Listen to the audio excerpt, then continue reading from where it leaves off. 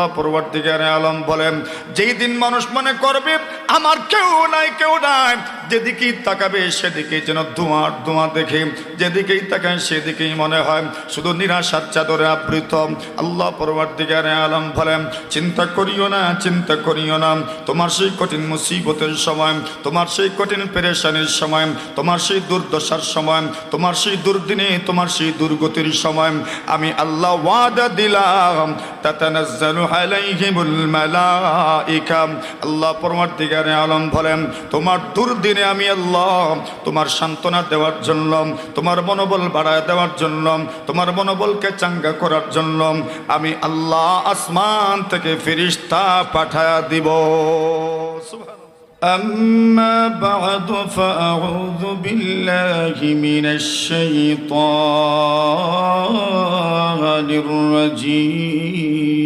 الرجيم. بسم الله الرحمن الرحيم.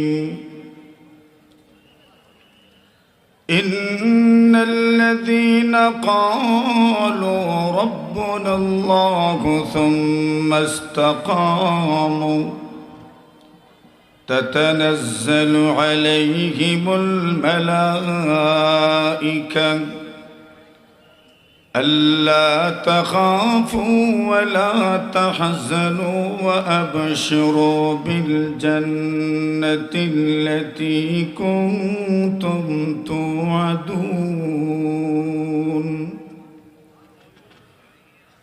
وقال رسول الله صلى الله عليه وسلم: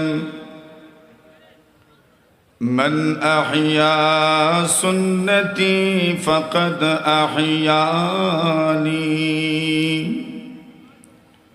ومن أحياني كان معي في الجنة،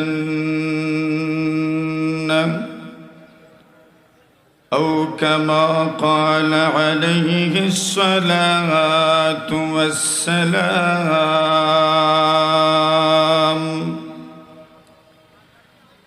آمنت بالله صدق الله مولانا العظيم، وصدق رسوله النبي الكريم،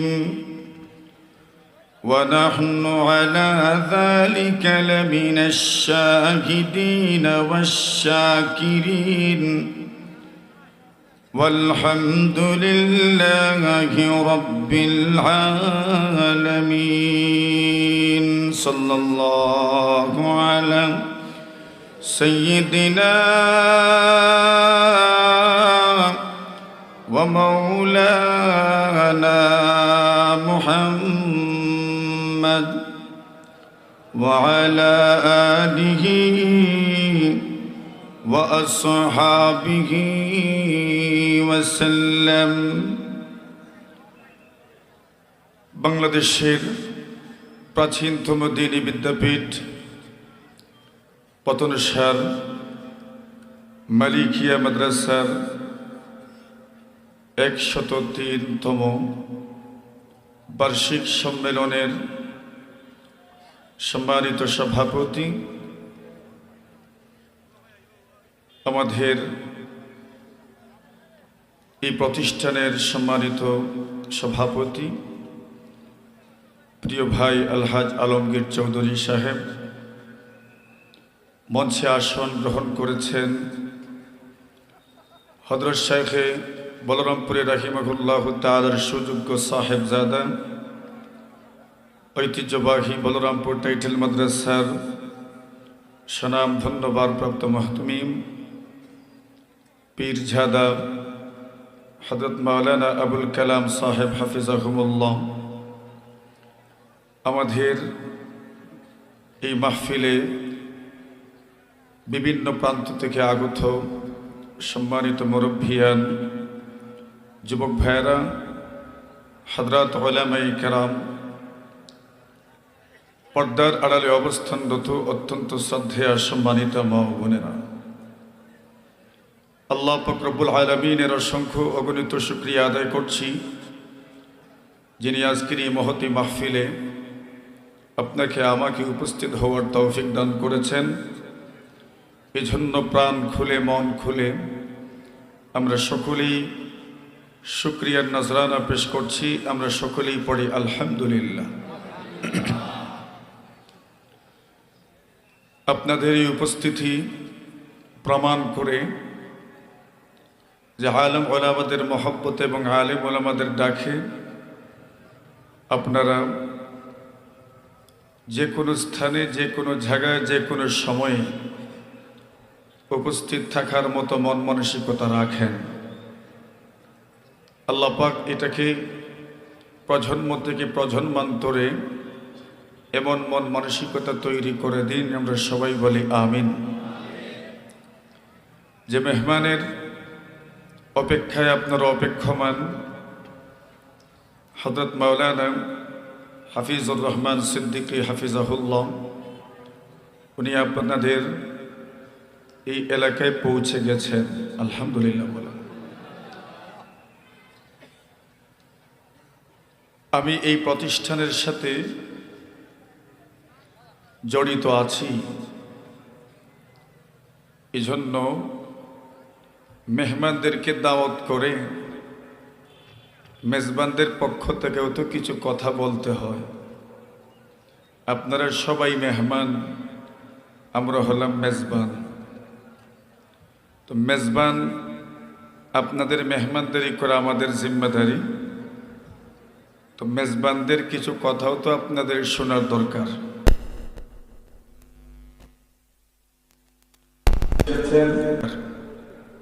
প্রথমেই কর্তৃপক্ষের পক্ষ থেকে আপনাদেরকে ধন্যবাদ জানাচ্ছি।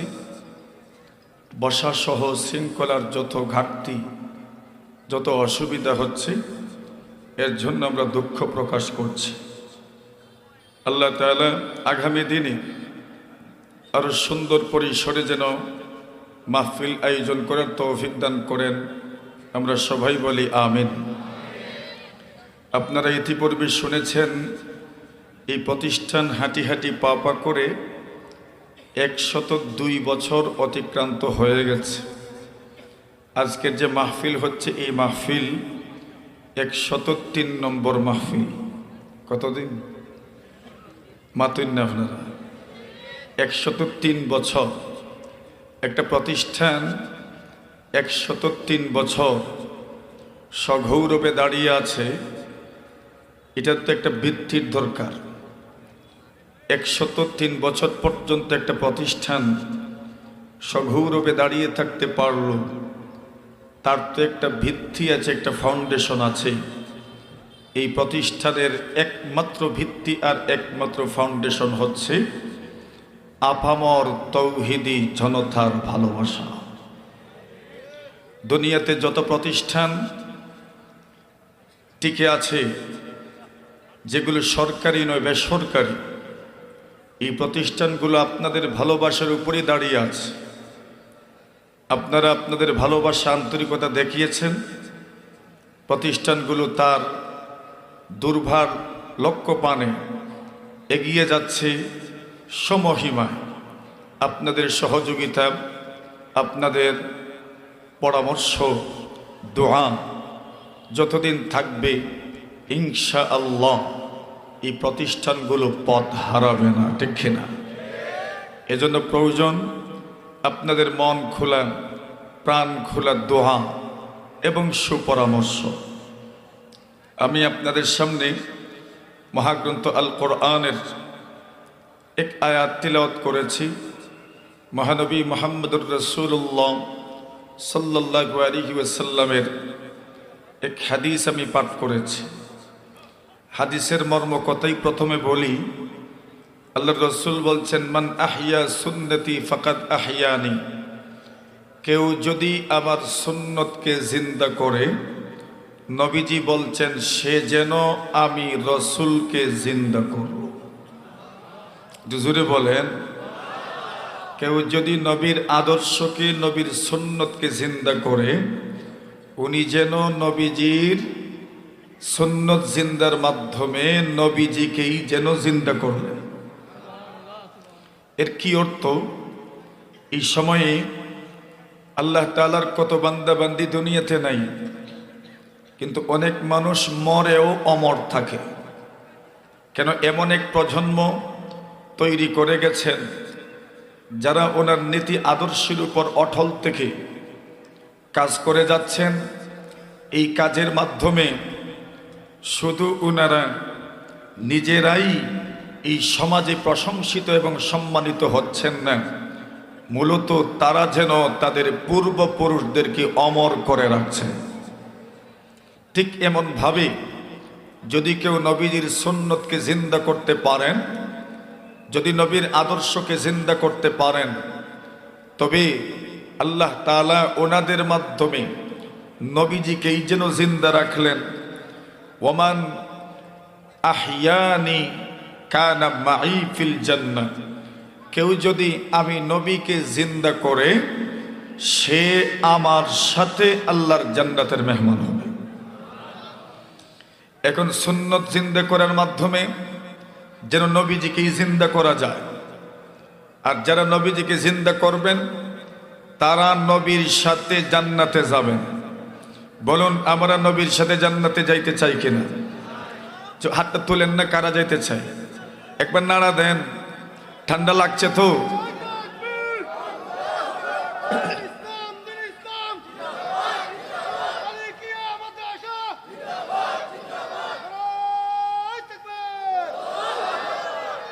এখন নবীর সুন্নত জিন্দা করতে হলে নবীর সুন্নত চিনা জানার জন্য আমাদেরকে তো কিছু মেহনত করা দরকার। নবীর সুন্নত চিনবেন কেমনে? নবীর সুন্নত জানবেন কেমনে? এই দুনিয়াতে সুন্নত যদি মানেন তো ফায়দা তো বুঝলেন। যদি সুন্নতের ব্যাপারে যদি উদাসীনতা পাওয়া যায় তবে তার শাস্তিও তো বড়। আব্দুল্লাহ ইবনে মুবারক বলেন, মান তাহাওয়ানা বিল আদাব উকিবা বিহিরমানিস সুনান। আব্দুল্লাহ ইবনে মুবারক বলেন, কোন মানুষ যদি আদাবের ব্যাপারে, শিষ্টাচারের ব্যাপারে, কোন মানুষ যদি মুস্তাহাবের ব্যাপারে গাফিল হয়ে যায়, উদাসীন হয়ে যায়, শৈথিল্য পরায়ণ হয়ে যায়, আল্লাহর বান্দা বলেন উকিবা বিহিরমানিস সুনান, মুস্তাহাব ছেড়ে দিলে আল্লাহ পাক শাস্তি দেন, সুন্নত থেকে তাকে বঞ্চিত করে দেন। ওয়া মান তাহাওয়ানা বিস সুনান, কোন মানুষ যদি সুন্নতের ব্যাপারে গাফিল হয়ে যায়, আল্লাহর বান্দা বলেন উকিবা বিহিরমানিল ফারাইদ, আল্লাহর বান্দা বলেন সুন্নত থেকে যদি কেউ গাফিল হয়, সুন্নতের ব্যাপারে যদি কেউ উদাসীন হয়ে যান, তবে শাস্তি হলো আল্লাহ তাআলা ওনাকে ফরজ থেকে বঞ্চিত করে দেন। ওয়া মান তাহাওয়ানা বিল ফারাইদ উকিবা বিহিরমানি মারিফাতিল্লাহ, কোন মানুষ যদি ফরজের ব্যাপারে উদাসীন হয়ে যান, কোন মানুষ যদি ফরজের ব্যাপারে গাফিল হয়ে যান, উকিবা বিহিরমানি মারিফাতিল্লাহ, আল্লাহ ওনার অন্তর থেকে আল্লাহর মারিফত দূর করে দেন। অনেক মানুষ সমাজে আছে আল্লাহই চিনে না, আল্লাহই জানে না, আল্লাহ তাআলা যে আছেন ওটা স্মরণই হয় না, কথাবার্তার মাধ্যমে আল্লাহ তাআলার নামটাও নেয় না। এমন মানুষের সমাজে আছে না নাই? কিসের অপরিহার্য ফলাফল? বলে আদাবের ব্যাপারে, মুস্তাহাবের ব্যাপারে উদাসীন ছিলেন, ফলাফল হলো সুন্নত থেকে বঞ্চিত হয়ে গেলেন। সুন্নত থেকে যদি বঞ্চিত হয়ে যান, ফরজ থেকে আপনি বঞ্চিত হয়ে যাবেন আস্তে আস্তে। ফরজ থেকে যদি আপনি বঞ্চিত হয়ে যান, তার অনিবার্য ফলাফল হলো আল্লাহ পরবর্তীকারে আলম তার মারিফত থেকে আপনার অন্তরকে খালি করে দিবেন, শূন্য করে দিবেন। এই জন্য বলছেন আদাবের ব্যাপারে, মুস্তাহাবের ব্যাপারে মানুষকে অত্যন্ত অবিচল থাকা দরকার। কিন্তু প্রশ্ন হলো দিনের লাইনে আপনি অবিচল থাকবেন কিভাবে? আল্লাহ পরবর্তীকারে আলম কোরআনে মাজিদের মধ্যে ঘোষণা করছেন, ইন্নাল্লাযীনা ক্বালু রাব্বুনাল্লাহ, আল্লাহ বলেন নিশ্চয় নিশ্চয় যারা বলবে আমাদের রব আল্লাহ, আমরাও তো বলি আমাদের রবকে। আর একটু জোরে, আর একটু জোরে, আরে মুমিনের আওয়াজ তো বড় উচ্চ কণ্ঠের আওয়াজ হয়, বড় দরাজ কণ্ঠ হয়। আল্লাহ জানায় দিয়েছেন, ইন্নাল্লাযীনা ক্বালু রাব্বুনাল্লাহ, নিশ্চয় নিশ্চয় যে মানুষগুলো বলবে আমাদের রব আল্লাহ, শুধু বলবেন না, অন্তর দিয়ে বিশ্বাস করবেন, এই আকীদা লালন করবেন, আমাদের রব হচ্ছেন আল্লাহ। রাদিতু বিল্লাহি রাব্বা, আল্লাহকে রব হিসেবে পেয়ে আমরা সবাই সন্তুষ্ট, বলেন ঠিক কি না? আল্লাহকে রব হিসাবে পেয়ে আমরা সন্তুষ্ট। ওবিল ইসলামে দীনা, ইসলাম ধর্মকে দিন হিসাবে পেয়ে আমরা সন্তুষ্ট। আল্লাহ রাসূল বলেন, ওবি মুহাম্মাদিন সাল্লাল্লাহু আলাইহি ওয়াসাল্লাম রাসূলান ওয়া নাবিয়্যা, আল্লাহ নবী মুহাম্মদুর রাসূল সাল্লাল্লাহু আলাইহি ওয়াসাল্লামকে রাসূল এবং নবী হিসাবে পেয়ে আমরা সন্তুষ্ট। আল্লাহকে রব হিসাবে পেয়ে আমরা সন্তুষ্ট। ইসলামকে ধর্ম হিসাবে পেয়ে আমরা সন্তুষ্ট। মুহাম্মদ সাল্লাল্লাহু আলাইহি ওয়াসাল্লামকে রাসূল এবং নবী হিসাবে পেয়ে আমরা সন্তুষ্ট। এই জন্য আমরা জোর গলায় বলি আমাদের রবকে, ইন্নাল্লাযীনা ক্বালু রাব্বুনাল্লাহ, আল্লাহ এই জন্য বলছেন যারা বলবেন আমাদের রব আল্লাহ, সুম্মা ইসতাকামু, আল্লাহ বলেন অতঃপর এই কথার উপর অটল থাকলেন, অবিচল থাকলেন, একটা চুল পরিমাণ সরলেন না। দুনিয়ার যত বড় ঝড়, যত বড় তুফান, যত বড় সাইক্লোন আসুক না কেন, আল্লাহর বান্দা বান্দিকে এই আকীদা থেকে একটা চুল পরিমাণ সরানো যায় না। আমরা যে বলেছি আমাদের রব আল্লাহ, আমাদের রব আল্লাহ, আমাদের খালিক আল্লাহ, আমাদের মালিক আল্লাহ, দুনিয়াতে যত ঝড় আসুক, যত সাইক্লোন আসুক, খোদার কসম জীবন দিয়ে দিতে রাজি। এরপরও ইমান থেকে একটা চুল পরিমাণ শর্তে আমরা রাজি নয়, ঠিক কিনা? ওই কথাটাই আল্লাহ বলছেন, ইন্নাল্লাযীনা ক্বালু রাব্বুনাল্লাহ, আল্লাহ বলছেন নিশ্চয় যারা বলেন আমাদের রব হচ্ছেন আল্লাহ। আল্লাহ রাসূল সাল্লাল্লাহু আলাইহি ওয়াসাল্লামের সাহাবী আবু যর গিফারি রাদিয়াল্লাহু তাআলা আনহু বলেন, আমারানি খলিলি সাল্লাল্লাহু আলাইহি ওয়াসাল্লাম বিসালাস, আমার রাসূল সাল্লাল্লাহু আলাইহি ওয়াসাল্লাম আমার মহব্বতের মানুষ, আমার প্রিয় মানব, আমাকে আদেশ করেছেন তিনটা জিনিসের আদেশ করেছেন। এক নম্বর আদেশ করেছেন, রাসূলুল্লাহ সাল্লাল্লাহু আলাইহি ওয়াসাল্লাম বলেন তুমি আল্লাহর সঙ্গে শিরিক করতে পারবে না। লা তুশরিক বিল্লাহ ওয়া ইন কুত্তা আও হুররিকতা, আল্লাহর রাসূল বলেন তোমাকে যদি কেটে কেটে টুকরো টুকরো করে দেওয়া হয়, তোমাকে যদি জ্বালিয়েও দেওয়া হয়, এরপরে তুমি আল্লাহর সঙ্গে শিরিক করতে পারবে না। ও বন্ধু আমার, আমরাও তো এমন একটা পর্যায়ে আছি, মানসিকভাবে এমন একটা স্ট্রং পর্যায়ে আমরা আছি, যদি আমাদেরকে কেটে টুকরো টুকরো করে দেওয়া হয়, আমাদেরকে যদি জ্বালিয়েও দেওয়া হয়, দুনিয়ার যত বড় প্রলোভন আমাদেরকে দেখানো হোক না কেন, সব দুনিয়ার প্রলোভনকে একদিকে রাখবো, লাত্তি মারবো, ঠুকর মারবো, এরপরেও আমরা ঈমান কোনোদিন ছাড়বো না, ঠিক কিনা? এটাই তো আমাদের একমাত্র অভিপ্রায়। আল্লাহ রাব্বুল আলামিন বলেন, ইন্নাল্লাযীনা ক্বালু রাব্বুনাল্লাহ, যারা বলবে আমাদের রব আল্লাহ, সুম্মা ইসতাকামু, এর উপর অটল থাকবেন, অবিচল থাকবেন। মুখ দিয়ে বলা তো বড় সহজ, কিন্তু ঈমানের উপর অটল থাকা, অবিচল থাকা বিষয়টা তো বড় কঠিন। আল্লাহ জানায় দেন যদি কেউ এই কঠিন কাজটা করতে পারেন, তাতানাজ্জালু আলাইহিমুল মালাইকা, আল্লাহ পরওয়ারদিগারে আলম বলেন ওই মানুষগুলোর জন্য আল্লাহর পক্ষ থেকে কি পুরস্কার দেওয়া হবে? প্রথম নম্বর পুরস্কার হলো তাতানাজ্জালু আলাইহিমুল মালাইকা, আল্লাহ পরওয়ারদিগারে আলম বলেন ওই মানুষগুলোর জীবদ্দশায় এরা যখন মুসিবতের সম্মুখীন হবে, এরা যখন পেরেশানির সম্মুখীন হবে, এরা যখন এমন কোন পরিস্থিতির সম্মুখীন হবে যে পরিস্থিতি তাকে আর সামনে আগাইতে দেয় না, যে পরিস্থিতি তাকে একদম দুর্বল করে ফেলেছে, আল্লাহ পরওয়ারদিগারে আলম বলেন এমন একটা পরিবেশ পরিস্থিতির সম্মুখীন হলো, যে পরিবেশ পরিস্থিতি আল্লাহর বান্দাকে দুর্বল করে ফেলল, আল্লাহর বান্দাকে ওই পরিবেশ আর পরিস্থিতি একদম মাটির সাথে বসায় দিয়েছে। আল্লাহ পরওয়ারদিগারে আলম বলেন যেই দিন মানুষ মনে করবে আমার কেউ নাই, যেদিকেই তাকাবে সেদিকেই যেন ধোঁয়ার ধোঁয়া দেখে, যেদিকেই তাকায় সেদিকেই মনে হয় শুধু নিরাশার চাদরে আবৃত। আল্লাহ পরওয়ারদিগারে আলম বলেন, চিন্তা করিও না, চিন্তা করিও না, তোমার সেই কঠিন মুসিবতের সময়, তোমার সেই কঠিন পেরেশানির সময়, তোমার সেই দুর্দশার সময়, তোমার সেই দুর্দিনে, তোমার সেই দুর্গতির সময় আমি আল্লাহ ওয়াদা দিলাম, তাতানাজ্জালু আলাইহিমুল মালাইকা। আল্লাহ পরওয়ারদিগারে আলম বলেন, তোমার দুর্দিনে আমি আল্লাহ তোমার সান্ত্বনা দেওয়ার জন্য, তোমার মনোবল বাড়ায় দেওয়ার জন্য, তোমার মনোবলকে চাঙ্গা করার জন্য আমি আল্লাহ আসমান থেকে ফেরেশতা পাঠায়া দিব। সুবহানাল্লাহ। তাহলে যারা ঈমান আনবেন এবং এর উপর অটল থাকবেন, অবিচল থাকবেন, এদের একটা লাভ হইল তাতানাজ্জালু আলাইহিমুল মালাইকা। এদের মুসিবতের সময় দুর্দিনে আসেন আল্লাহর ফেরেশতারা। কেন আসেন? আল্লাহ পরওয়ারদিগারে আলম বলেন, আল্লাহ তাখাফু ওয়া লা তাহজানু ওয়া আবশিরু বিল জান্নাতিল্লাতী কুনতুম তুআদুন। আল্লাহ পরওয়ারদিগারে আলম বলেন, ফেরেশতারা আসেন, আসার পরে ওই বান্দা বান্দিকে বলেন, চিন্তা করিও না, টেনশন করিও না। এই জন্য দেখবেন মাঝে মধ্যে এত টেনশন আসে, মাঝে মধ্যে এত পেরেশানি আসে, কিন্তু হঠাৎ করে দেখা যায় সব টেনশন দূর হয়ে যায়, সব পেরেশানি দূর হয়ে যায়। কেমনে দূর হয়? আল্লাহর ফেরেশতারা আসেন আর সকলকে সান্ত্বনার বাণী শোনায় যান, ঠিক কিনা?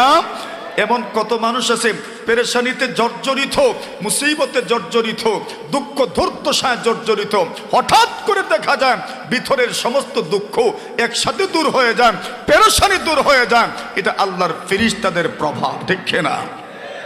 কার কাছে ফেরেশতারা আসেন? যারা বলেন আমাদের রব আল্লাহ।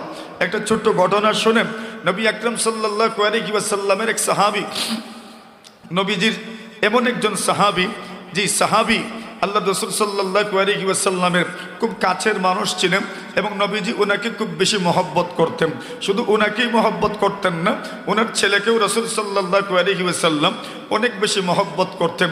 উনি বললেন, একদিন আমি আর এবং আমার সাথী আরেকজন, আমরা দুইজন যাচ্ছি রাস্তা দিয়ে, সফর করছি। সফরের অবস্থায় হঠাৎ করে এক জায়গায় আমরা যাত্রা বিরতি করলাম, এখানে কিছু সময় আমরা অবস্থান করব। কিন্তু আমি যখন ঘুমিয়ে পড়লাম, ঘুমানোর পরে সজাগ যখন হলাম, তখন যা দেখলাম, এই পরিস্থিতির জন্য আমি মোটেই প্রস্তুত ছিলাম না। আমি তাকায়া দেখি আমার সাথী আমার উপর তরবারি নিয়ে দাঁড়িয়ে আছে আমাকে হত্যা করার জন্য। আমার হাতও বাঁধা, আমার পাও বাঁধা। আমি জিজ্ঞাসা করলাম, ভাই তুমি না আমার সাথী? এই সফরে তো আমার সাথী আর কেউ নেই, একমাত্র তুমিই তো আমার সাথী, তবে তুমি আমাকে হত্যা করার জন্য আমার হাত বেঁধে, আমার পা বেঁধে তরবারি মাথার উপর নিয়ে দাঁড়িয়ে আছো কেন? আল্লাহর বান্দা বলে, আমি তোমাকে হত্যা করবই। কেন তুমি আমাকে হত্যা করবে? তুমি মুহাম্মদের প্রিয় মানুষ, তুমি মুহাম্মদকে পছন্দ করো, আর আমি মুহাম্মদকে পছন্দ করি না। সুতরাং মুহাম্মদের প্রিয় যে, তার সাথেও আমার সম্পর্ক নাই। তুমি মুহাম্মদকে পছন্দ করো, এই অপরাধে আমি তোমাকে হত্যা করে ফেলব। নবী আকরাম সাল্লাল্লাহু আলাইহি ওয়াসাল্লামের সাহাবী ডাক দিলেন আল্লাহ তাআলাকে। মানুষ যখন মুসিবতের সম্মুখীন হয় তখন কার কথা স্মরণ হয়? জোরে বলেন, মনে হয়নি? সঠিক তো? সবসময় মনে হয়, বিশেষ করে মুসিবতে পড়লি। আরে বড় বড় বেঈমানরা পর্যন্ত কঠিন মুসিবতে আল্লাহকেই স্মরণ করে, ঠিক না? এরাও জানে কঠিন বিপদ থেকে উদ্ধার করার একমাত্র ক্ষমতা কার। এখন উনি বলছেন, ইয়া আরহামার রাহিমিন। একবার, দ্বিতীয়বার আবার বললেন ইয়া আরহামার রাহিমিন। তৃতীয়বার আবার বললেন ইয়া আরহামার রাহিমিন। যেই মাত্র তিনবার বলছেন ইয়া আরহামার রাহিম, মনে রাখেন সিরাতুল মুস্তাফার মধ্যে লিখছেন, কোনো মানুষ যদি তিনবার ইয়া আরহামার রাহিমিন বলে, কয়বার? তিনবার। আল্লাহর একজন ফেরেশতা আল্লাহ পাঠান আর বলেন, যাও তুমি আমার বান্দাকে বলে আসো, তুমি তিনবার ইয়া আরহামার রাহিমিন বলার কারণে আল্লাহ তোমার জবাব দেওয়ার জন্য প্রস্তুত। কয়বার বললে? ইয়া আরহামার রাহিমিন, ইয়া আরহামার রাহিমিন, ইয়া আরহামার রাহিমিন। তিনবার ডাকছেন। এমনিতেই আল্লাহর ফেরেশতা জোরে আওয়াজ দিলেন, ওয়াইহাকা লা তাকতুলহু, খবরদার তোমার ধ্বংস হোক, তুমি তাকে হত্যা করো না। যে লোকটা হত্যা করতে চাচ্ছে ওই লোকটা ভাবলো এখানে তো আমি ছাড়া আর সে ছাড়া আর কেউ নেই, কে আমাকে আওয়াজ দিল, তাকে হত্যা করো না। গোট থেকে বের হলো দেখার জন্য, বাহিরে গিয়ে দেখি কাউকে দেখাই যায় না।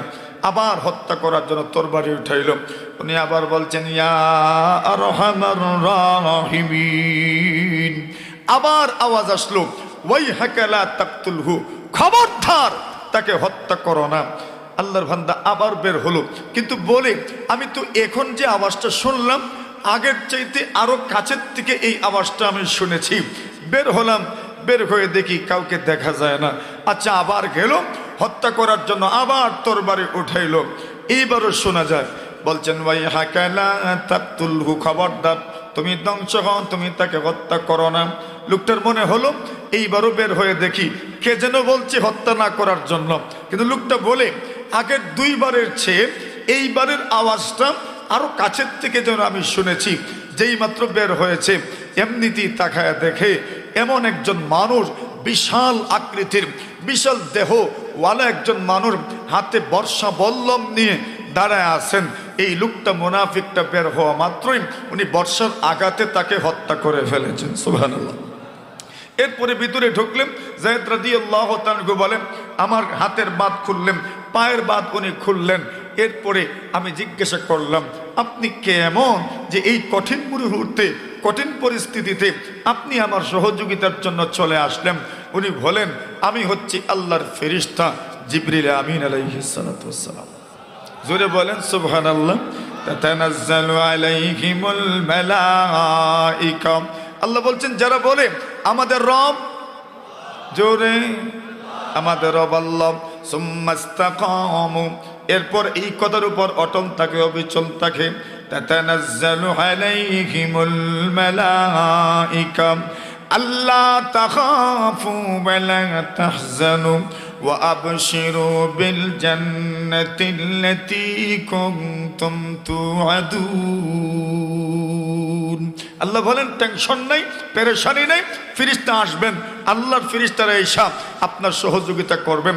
জিজ্ঞাসা করলাম আপনি জানলেন কেমনে? বলে আল্লাহ আমাকে বলছেন আমার বান্দা বিপদে আছে, যাও তুমি আমার বান্দাকে বাঁচাও। আমি ওই আওয়াজটা প্রথম যখন আওয়াজ দিয়েছিলাম আমি সপ্তম আকাশের মধ্যে ছিলাম, ওই সময় আওয়াজ দিছি ওয়াইহাকা লা তাকতুলহু, খবরদার তুমি তাকে হত্যা করো না। এজন্য তুমি প্রথম আওয়াজ অনেক দূর থেকে শুনেছ, দ্বিতীয়বার যখন হত্যা করতে চেয়েছে আর তুমি ডাক দিয়েছ ইয়া আল্লাহ, আমি তখন দুনিয়ার সংশ্লিষ্ট আসমানের মধ্যে ছিলাম, তখন তুমি আওয়াজটা আরেকটু কাছের থেকে শুনেছ। তৃতীয়বার যখন তোমাকে হত্যা করতে চেয়েছে তখন তো আমি একবারে তোমার দরজার সামনেই ছিলাম, এজন্য তুমি আমার আওয়াজটা খুব কাছের থেকে শুনতে পেরেছো। সুবহানাল্লাহ বলেন।